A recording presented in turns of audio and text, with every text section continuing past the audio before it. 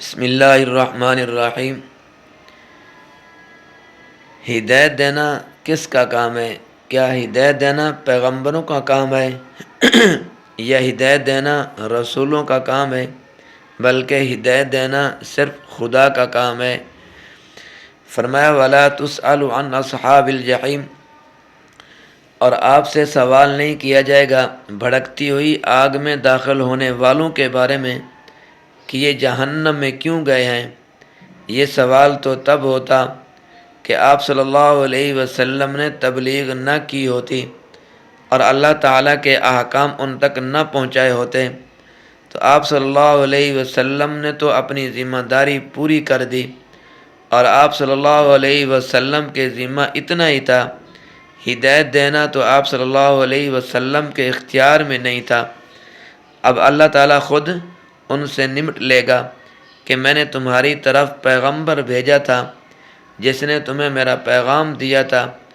میرا پیغام سن کر تم نے کیا جواب دیا تھا؟ کیونکہ پیغمبر نے اپنی تبلیغ ادا کرنے کا حق ادا کر دیا اور وہ اس سے بری ہو گئے۔ ہدایت دینا ان کے اختیار میں نہیں ہے۔ اگر ہدایت دینا نبی کے اختیار میں ہوتا تو حضرت آدم علیہ السلام اپنے بیٹے قابیل کو،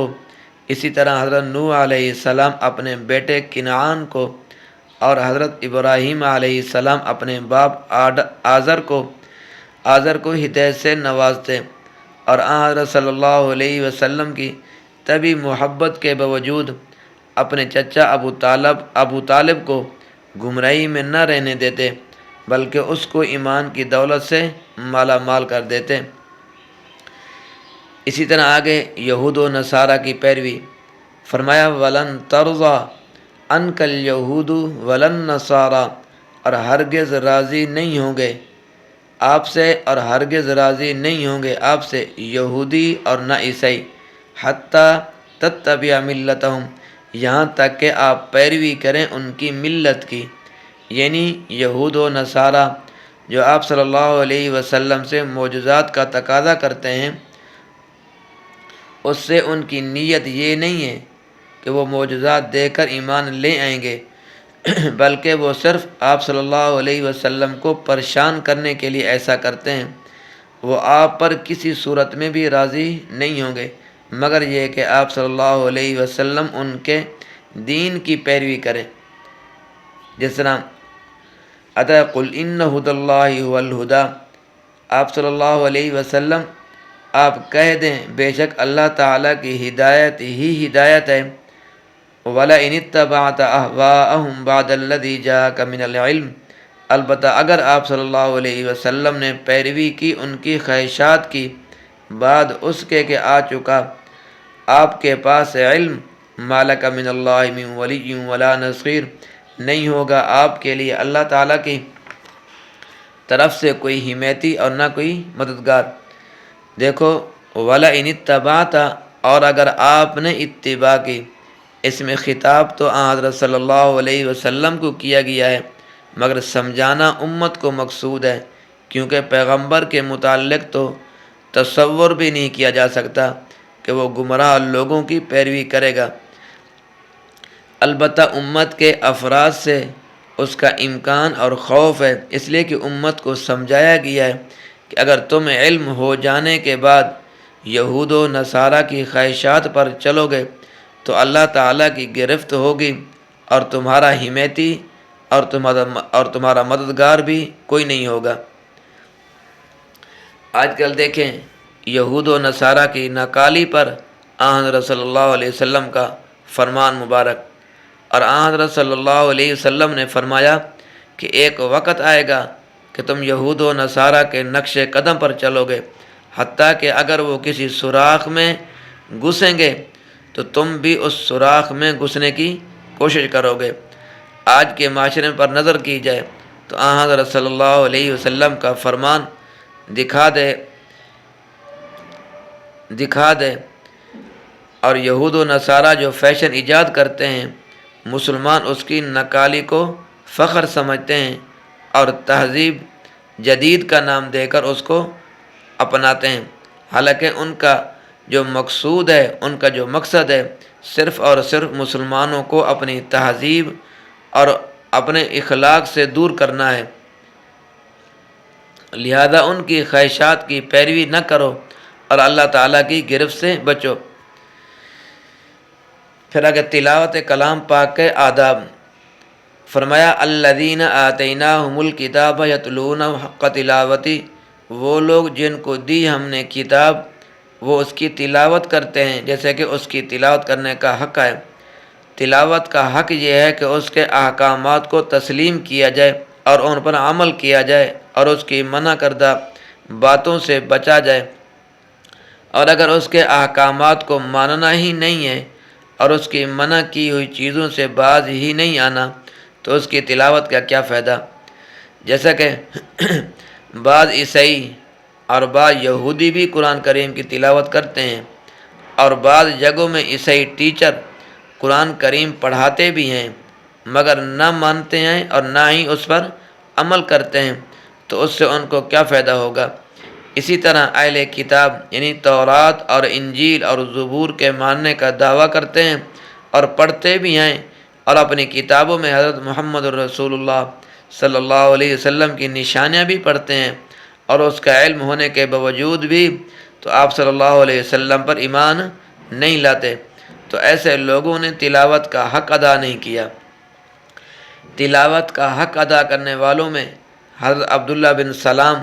حضرت ثعلبہ، حضرت عدی بن حاتم، حضرت تمیم داری، اسی طرح حضرت کعب بن احبار رضی اللہ تعالی عنہم ہیں، جو حضرت صلی اللہ علیہ وسلم پر ایمان لائے، اور قرآن کریم کی تلاوت کا حق اس وقت ادا ہوگا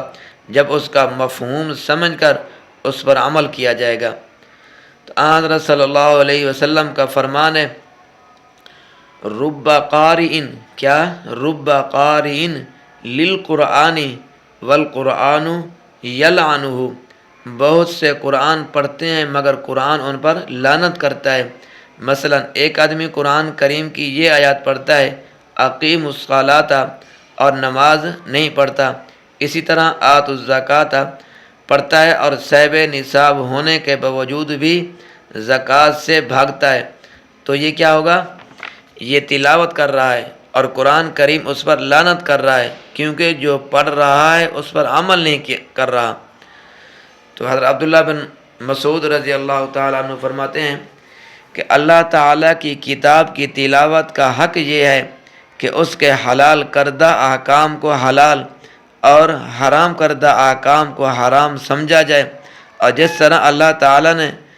نازل کیا ہے اسی طرح پڑھے، کلمات کو ان کی جگہ سے نہ بدلے اور خواہ مخواہ ان کی تعویل بھی نہ کرے۔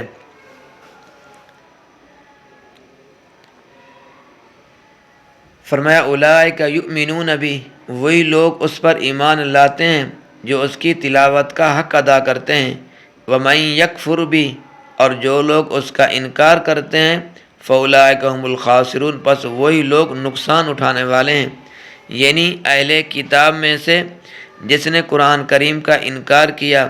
اس نے اپنی کتاب کا بھی انکار کیا، اور اس انکار کا وبال بھی انہی پر پڑے گا کہ جہنم کا ایندھن بنیں گے۔ اللہ تعالیٰ پر یا اللہ تعالیٰ کے نبیوں پر یا اللہ تعالیٰ کے رسولوں پر اس کا کیا اثر ہے؟ جو انسان جس طرح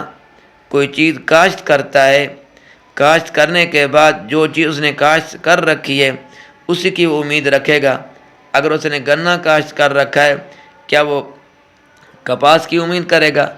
جس آدمی نے کپاس کاشت کر رکھی ہے کیا وہ گندم کی امید کرے گا؟ اور جس آدمی نے گندم کاشت کر رکھی ہے کیا وہ منجی کی امید رکھے گا یہ پیداوار ہوگی؟ میرے دوستو، جو انسان جس طرح اعمال کرے گا اس کا ٹھکانہ بھی اسی طرح ہوگا۔ لہذا ہر ساتھی، ہر آدمی اپنی گربان کے اندر جھانک کر دے کے اپنا محاسبہ کرے، میں اپنی زندگی کس طرح بسر کر رہا ہوں، اللہ کے احکام کے مطابق، اللہ کے حکم کے مطابق اور رسول اللہ صلی اللہ علیہ وسلم کے طریقے کے مطابق زندگی بسر کر رہا ہوں، گزار رہا ہوں، یا ان سے ہٹ کر زندگی بسر کر رہا ہوں۔ اگر انہیں احکام کے مطابق زندگی گزار رہے ہیں تو اللہ کا شکر ادا کریں، اگر ان سے ہٹ کر زندگی بسر کر رہے ہیں پھر اس کی فکر کریں اور اللہ کے احکام کے مطابق زندگی بسر کرنے کی کوشش کریں اور حضور صلی اللہ علیہ وسلم کے طریقے کے مطابق زندگی بسر کریں۔ دنیا کی زندگی کے اندر بھی آپ کو خوشحالی ملے گی اور اخروی زندگی کے اندر بھی آپ کی کامیابی ہوگی، اور کامیابی عارضی نہیں ہوگی، اور آخرت کے اندر جس کو کامیابی ملے گی وہ ہمیشہ کی کامیابی ہوگی، وہ دائمی کامیابی ہوگی، عارضی کامیابی نہیں ہوگی۔ اللہ تبارک و تعالی مجھے اور آپ کو عمل کی توفیق عطا فرمائے۔ اللہ تبارک و تعالی میرا اور آپ کا حامی و ناصر ہو۔